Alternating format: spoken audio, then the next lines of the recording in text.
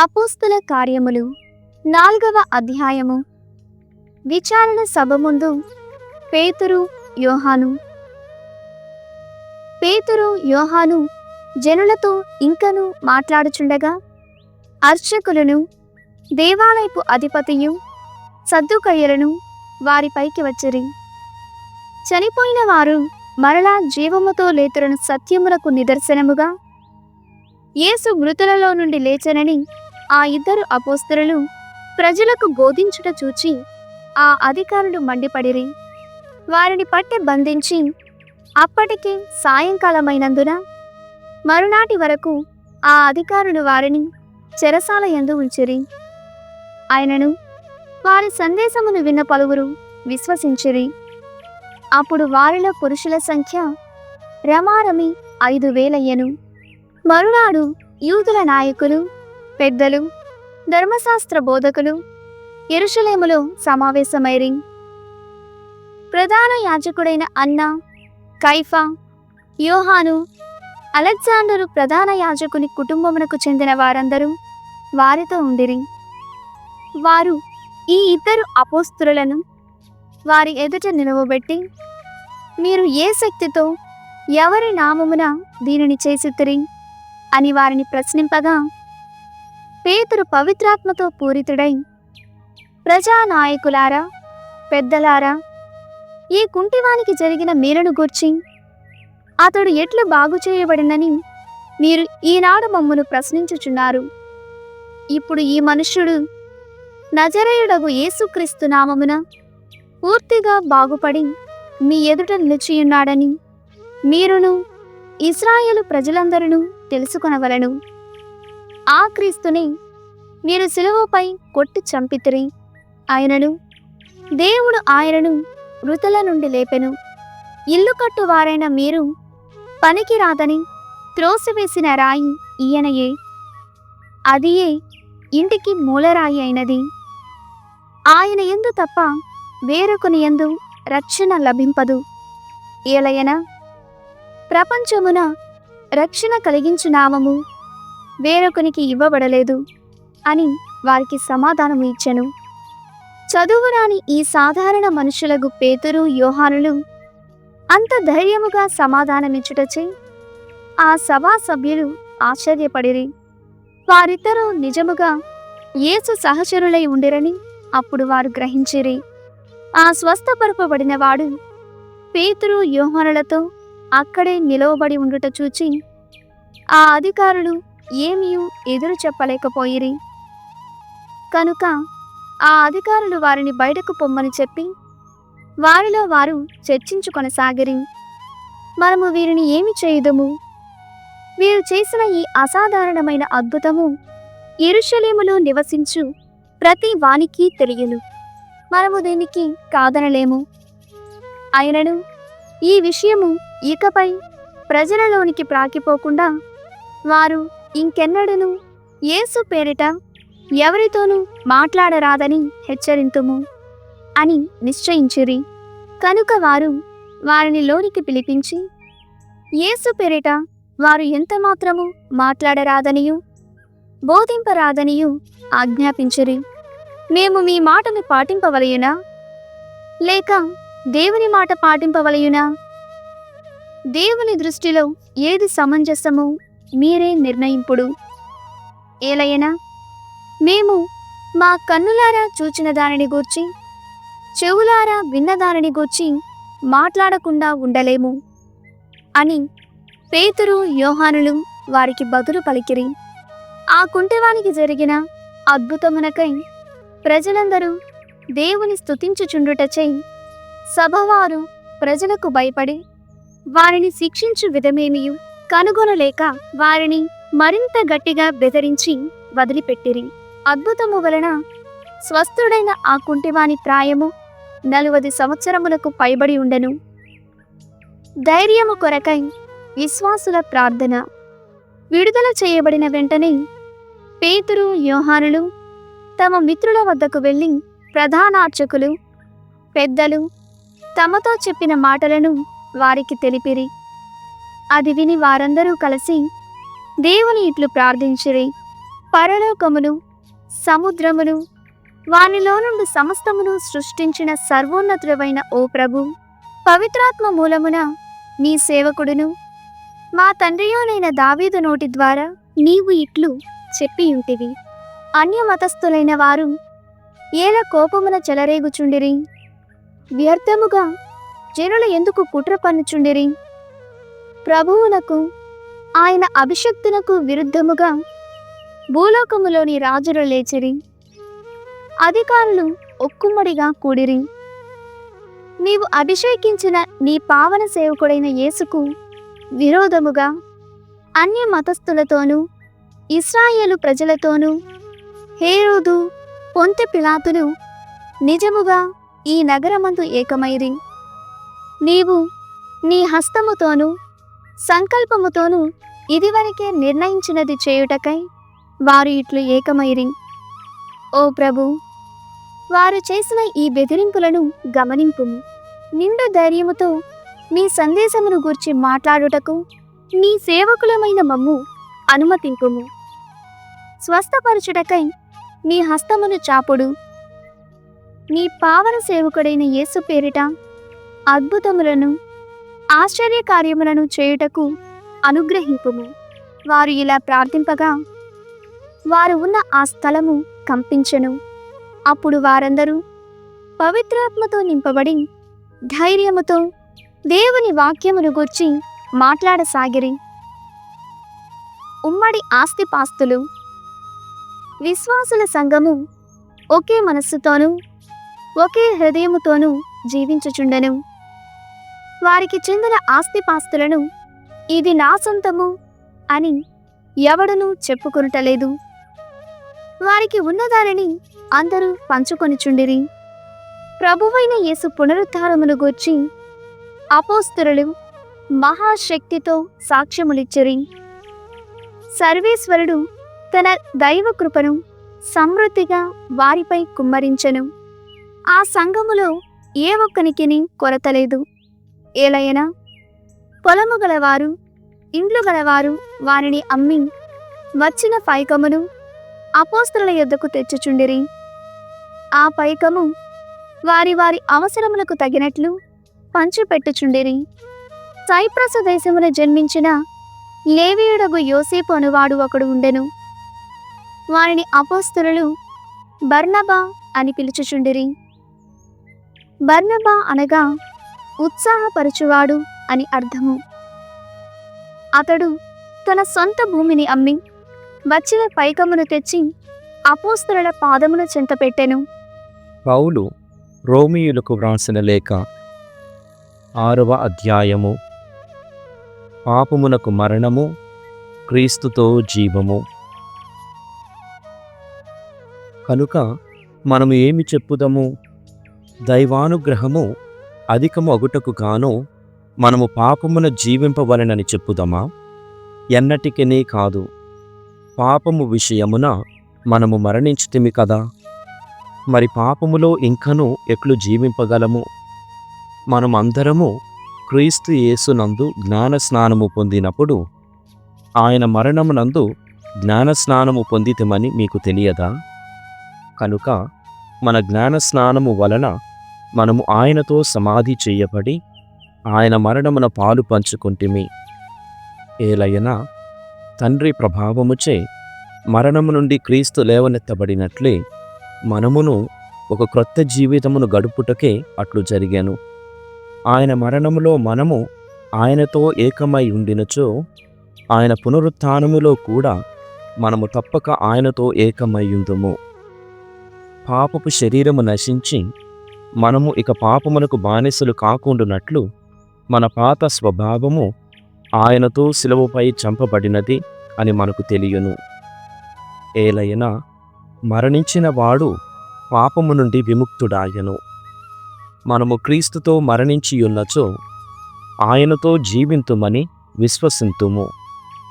ఏలయనా మరణము నుండి లేవనెత్తబడిన క్రీస్తు మరలా మరణింపడని మనకు తెలియను. మృత్యువునకు ఆయనపై ఇక ఎట్టి ఆధిపత్యము లేదు.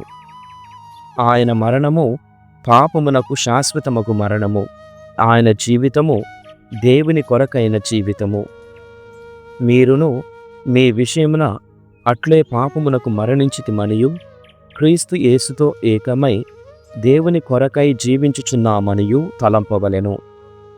కనుక శారీరక వాంఛలకు లొంగునట్లుగా మీ భౌతిక శరీరమందు పాపము ఇక ఎంత మాత్రమును పాలన చెయ్యనీయకుడు. దౌష్ట్యమునకు సాధనములుగా మీ శరీరములందు ఏ అవయవములను పాపమునకు అర్పింపకడు. అంతేగాక మృత్యువు నుండి జీవమునకు కొని రాబడిన వారుగా మిమ్ము మీరు దేవునికి అర్పించుకొనుడు. మీ శరీరముల యందలి అవయవములను నీతికి సాధనములుగా ఆయనకు సమర్పించుకొనుడు. ఏలయన దేవుని అనుగ్రహమునకే గాని ధర్మశాస్త్రమునకు మీరు ఇక లోబడి ఉండనందున పాపము మిమ్ము ఇక పరిపాలింపదు. నీతికి బానిసలు అయినచోనేమి ధర్మశాస్త్రమునకు కాక దేవుని అనుగ్రహమునకు లోనైన వారము ఒగుటచే పాపము చేయుదుమా? ఎన్నటికి నీ కాదు. ఏలయనా మీరు ఒక యజమానునికి సేవకులై విధేయతతో అతనికి లోబడినప్పుడు నిజముగానే ఆ యజమానునికి మీరు దాసులు. ఆ యజమానుడు అలానే పాపము కావచ్చును. అయినచో ఫలితము మృత్యువే. లేక విధేయత అయినచో ఫలితము దేవుని నీతిని పొందుటయే. మీకు ఇది తెలియదా? కాని దేవునికి కృతజ్ఞతలు. ఏలయనా ఒకప్పుడు మీరు పాపమునకు దాసులు, కాని ఇప్పుడు మీకు అప్పగింపబడిన బోధనలలోని సత్యములకు మీరు హృదయపూర్వకముగా విధేయులైతిరి. మీరు పాపముల నుండి విముక్తులై నీతికి దాసులైతిరి. సహజముగా మీరు పరిమితులగుటచే నేను మానవ రీతిగా మాట్లాడుచున్నాను. ఒకప్పుడు మీరు దుష్కార్యములను చేయుటకై అపవిత్రతకును దుష్టత్వమునకు మీ అవయవములను అప్పగించితిరి. అదే విధముగా ఈనాడు మీరు మీ అవయవములను నీతికి దాసులుగా అప్పగించి పవిత్రుడు కావలెను. మీరు పాపమునకు దాసులై ఉన్నప్పుడు నీతి విషయమున విచ్చలవిడిగా ఉంటిరి. మరి ఈనాడు మీకు సిగ్గు కలిగించుచున్న ఆ పనులు చేయుట వలన అప్పుడు మీకు కలిగిన ప్రయోజనమెట్టిది? వాని ఫలితము మరణమే కదా. కాని ఈనాడు మీరు పాపము నుండి విముక్తి పొంది దేవునికి దాసులైతిరి. పవిత్రతకు చెందిన మీ ఫలితమును మీరు స్వీకరించితిరి. అంతేకాక చివరకు మీకు శాశ్వత జీవితము లభించును. ఏలయనా పాపము యొక్క వేతనము మరణము, కాని దేవుని కృపానుగ్రహము మన ప్రభువగు క్రీస్తు యేసునందు శాశ్వత జీవనము. 7వ అధ్యాయము. వివాహ ఉదాహరణ. సోదరులారా, ఒక వ్యక్తి జీవించి ఉన్నంత కాలమే ధర్మశాస్త్రము అతనిపై అధికారము కలిగియుండునని మీకు తెలియదా? నేను మాట్లాడునది ధర్మశాస్త్రమును గూర్చి ఎరిగిన వారితోనే. ఏలయనా వివాహమైన స్త్రీ భర్త జీవించి ఉన్నంత కాలమే ధర్మశాస్త్రము ప్రకారము అతనికి కట్టుబడియుండును. కాని అతడు మరణించినచో తనను అతనితో బంధించి ఉంచిన ధర్మశాస్త్రము నుండి ఆమె విముక్తి పొందును. కనుక భర్త జీవించి ఉండగా ఆమె మరి ఒక పురుషునితో ఉండెనేని ఆమె వ్యభిచారిణి అనబడును. కాని ఆమె భర్త మరణించినచో ధర్మశాస్త్రము ప్రకారము ఆమె స్వాతంత్ర్యము గల స్త్రీ అగును.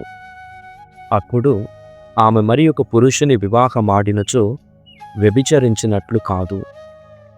సోదరులారా, మీ విషయమున కూడా అట్లే ఉన్నది. ధర్మశాస్త్ర విషయమున క్రీస్తు శరీరము ద్వారా మీరును మరణించితిరి. కాని దేవుని కొరకై మనము ఉపయోగకరములకు జీవితమును జీవించుటకు గాను మృత్యువు నుండి లేవనెత్తబడిన క్రీస్తునకు ఇప్పుడు మీరు చెందియున్నారు. ఏలయనా మన మానవ స్వభావమును అనుసరించి మనము జీవించినప్పుడు ధర్మశాస్త్రముచే పురికొల్పబడిన పాప వాంఛలు మన శరీరముల యందు విజృంభించి మృత్యువును కలిగించినది. కానీ ఇప్పుడు ధర్మశాస్త్రము నుండి విముక్తులమైతిమి. ఏలయనా ఒకప్పుడు మనలను బంధించి ఉంచిన దానిని గూర్చి మరణించితిమి కదా. ఇక మనము వ్రాతపూర్వకమగు ధర్మశాస్త్రమును అనుసరించిన పాత పద్ధతిలో కాక ఆత్మానుసారమైన క్రొత్త పద్ధతిలో దేవుని సేవించుచున్నాము. ధర్మశాస్త్రము పాపము. కనుక మనము ఏమనగలము? ధర్మశాస్త్రమే పాపభూయిష్టమైనదా? కాదు. కానీ ధర్మశాస్త్రము ద్వారా తప్ప నేను పాపము అన ఏమియో ఎరుగలేదు.